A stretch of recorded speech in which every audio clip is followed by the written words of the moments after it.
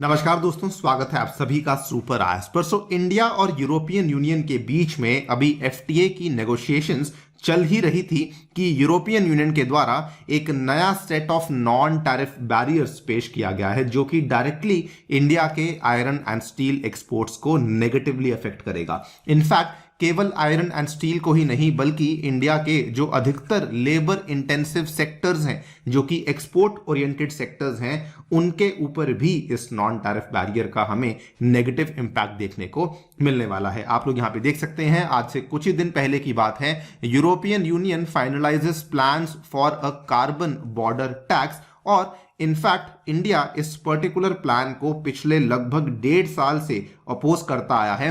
पिछले साल आप लोग देख पाएंगे जुलाई 8, 2021 की यह खबर है। इंडिया ने उस टाइम पर भी कहा था कि ये वाला जो आपका कार्बन बॉर्डर टैक्स का प्लान है ये एक नॉन टैरिफ बैरियर है और ये एक डिस्क्रिमिनेटरी बैरियर है जिसके चलते हमारे एक्सपोर्ट्स नेगेटिवली अफेक्ट हो सकते हैं। इस साल भी जब COP27 हुई थी इजिप्ट में, उस टाइम पर भी इंडिया ने इसका मुद्दा उठाया था, लेकिन despite repeated efforts by India उसके बावजूद यहां पे यूरोपियन यूनियन पीछे नहीं हटा।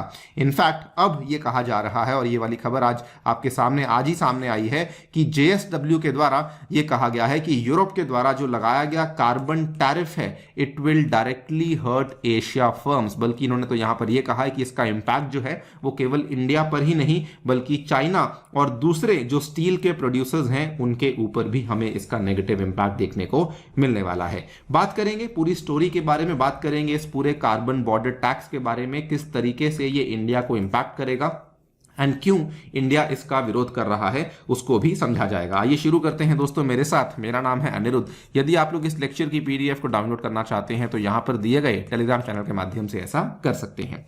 All right, so carbon tax का जो बेसिकली मुद्दा है, पिछले साल अप्रैल 2021 में यूरोपियन यूनियन ने प्रण लिया था कि हम लोग हमारे जो कार्बन एमिशंस हैं उनको 2030 में 55% कम करेंगे एज कंपेयर टू 1990 लेवल्स। और ये असल में इनका जो टारगेट था पहले 40% का था, लेकिन बाद में इन्होंने अप्रैल 2021 में इसी टारगेट को बढ़ाकर 55% का रिडक्शन का टारगेट रख लिया था। जैसे ही इन्होंने ये रखा तो उसके इमीडिएटली बाद उन्होंने प्रपोज किया something called as a carbon border tax. Carbon border tax एक ऐसा टैक्स है जो कि कार्बन एमिशंस के ऊपर इंपोज किया जाएगा और ये बेसिकली उन सभी इंपोर्टेड गुड्स के ऊपर इंपोज किया जाएगा जो कि ऐसे देशों से इंपोर्ट किए जाते हैं जहां पे क्लाइमेट को लेके जो नीतियां हैं, जो पॉलिसीज हैं, वो उतनी ज्यादा स्ट्रिक्ट नहीं है। इसको बहुत ही सिंपल भाषा में कहें तो जैसे ही ये वाले मेजर्स इन पिक्चर हमें देखने को मिलेंगे, इट इफेक्टिवली विल मीन कि the goods imported into the European union from a high polluting country, उसके ऊपर एक अलग से लेवी लगाई जाएगी at the border based on it's emission footprint. कोई भी ऐसी चीज जिसके प्रोडक्शन में ज्यादा एमिशन हुआ होगा तो यूरोपियन यूनियन उस पर्टिकुलर प्रोडक्ट के ऊपर उतना ही ज्यादा टैक्स इंपोज कर देगा। जो भी यहां पे टैक्सेशन इंपोज किया जाएगा, जो भी वहां से कमाई EU के द्वारा करी जाएगी, वो सारा का सारा जो पैसा है वो EU के बजट में ऐड कर दिया जाएगा और ये कई सारे सेक्टर्स के ऊपर इसका डायरेक्ट इंपैक्ट आएगा। ऐसे सेक्टर्स जो कि कार्बन इंटेंसिव सेक्टर्स कहलाए जाते हैं, जैसे कि सीमेंट प्रोडक्शन हुआ, steel production, aluminium, fertilisers, electricity production, hydrogen, इन सभी चीजों में बेसिकली ये वाले जो कार्बन एमिशन वाले सेक्टर्स होते हैं, कार्बन इंटेंसिव सेक्टर्स होते हैं, इसके ऊपर डायरेक्ट इंपैक्ट आने वाला है। पिछले साल ही इंडिया ने इसका विरोध करना शुरू कर दिया था। आप लोग यहां पे देख सकते हैं, पिछले साल ही अप्रैल में इंडिया ने एक जॉइंट स्टेटमेंट इशू किया था, जिस जॉइंट स्टेटमेंट को ब्राजील, साउथ अफ्रीका और चाइना के द्वारा सपोर्ट भी किया गया था। उन्होंने कहा था कि जो आप लोग ये कार्बन बॉर्डर एडजस्टमेंट मैकेनिज्म लेकर आ रहे हैं ये डिस्क्रिमिनेटरी है, बिकॉज इसके चलते जो भी हमारे गुड्स हैं जो कि यूरोप की तरफ आ रहे हैं इनके प्राइसेस एकदम से बढ़ जाएंगे और क्योंकि इनके प्राइस बढ़ जाएंगे तो उन गुड्स की जो डिमांड है वो यहां पे कम हो जाएगी।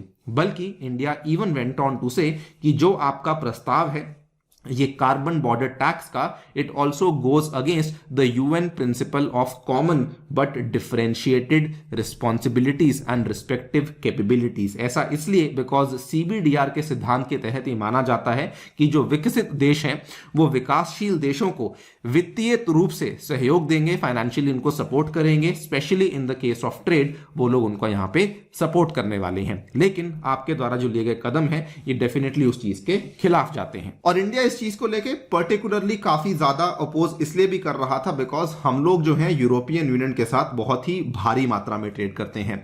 इंडिया के लिए ईयू जो है वो थर्ड लार्जेस्ट ट्रेडिंग पार्टनर है। 2020 के अगर आंकड़ों की बात करें तो EU accounted for almost 11.1% of India total global trade. हमारा जो टोटल एक्सपोर्ट था ईयू में वो लगभग 41.36 बिलियन डॉलर्स के आसपास था और पिछले 2 सालों में हमारा जो एक्सपोर्ट है वो और बड़ा ही है। जैसे ही ये टैक्स पिक्चर में आ जाता है it could create serious challenges for companies जिनका एक ज्यादा ग्रीन हाउस गैस का फुटप्रिंट है, क्योंकि उनके एक्सपोर्ट्स अब एक तरीके से डिस्करेज किए जाएंगे, यूरोपियन यूनियन में उनको लाने से मना किया जाएगा। लेकिन despite all the opposition's EU के द्वारा इस प्लान को फाइनलाइज किया गया। दिसंबर 20 को ईयू ने कलेक्टिवली एक डिसीजन लिया। उन्होंने कहा कि हम लोग इस कार्बन बॉर्डर टैक्स को अब फॉर्मली जो है वो अडॉप्ट करने वाले हैं। इसका डायरेक्ट इंपैक्ट आता है इंडिया के स्टील एक्सपोर्ट्स के ऊपर। इंडिया जो कि एक तरफ कोशिश कर रहा था कि हम लोग 2030 तक हमारी स्टील प्रोडक्शन कैपेसिटी को डबल करना चाहते हैं, हर साल हम लोग इसको ऑलमोस्ट 300 मिलियन टन से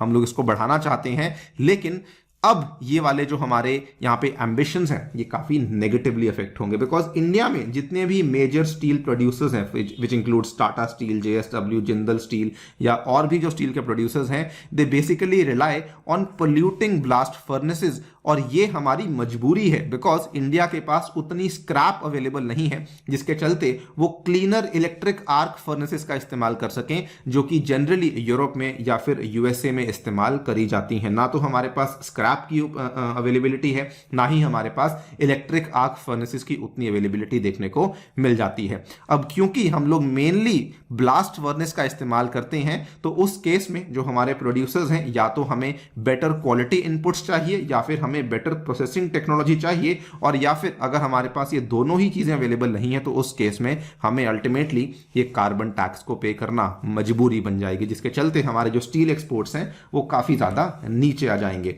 सो नॉट जस्ट स्टील, हमारे जितने भी लेबर इंटेंसिव सेक्टर्स हैं उन सभी के ऊपर एक नेगेटिव इफेक्ट आने वाला है। और ये कहानी केवल यूरोपियन यूनियन की नहीं है बल्कि यूके भी इस चीज को सपोर्ट करता है। इनफैक्ट ये जो कहानी है ये कहीं ना कहीं यूएसए के द्वारा भी सपोर्ट करी जाती है बिकॉज यूएसए भी अब कार्बन एमिशंस के मुद्दे को उठा चुका है।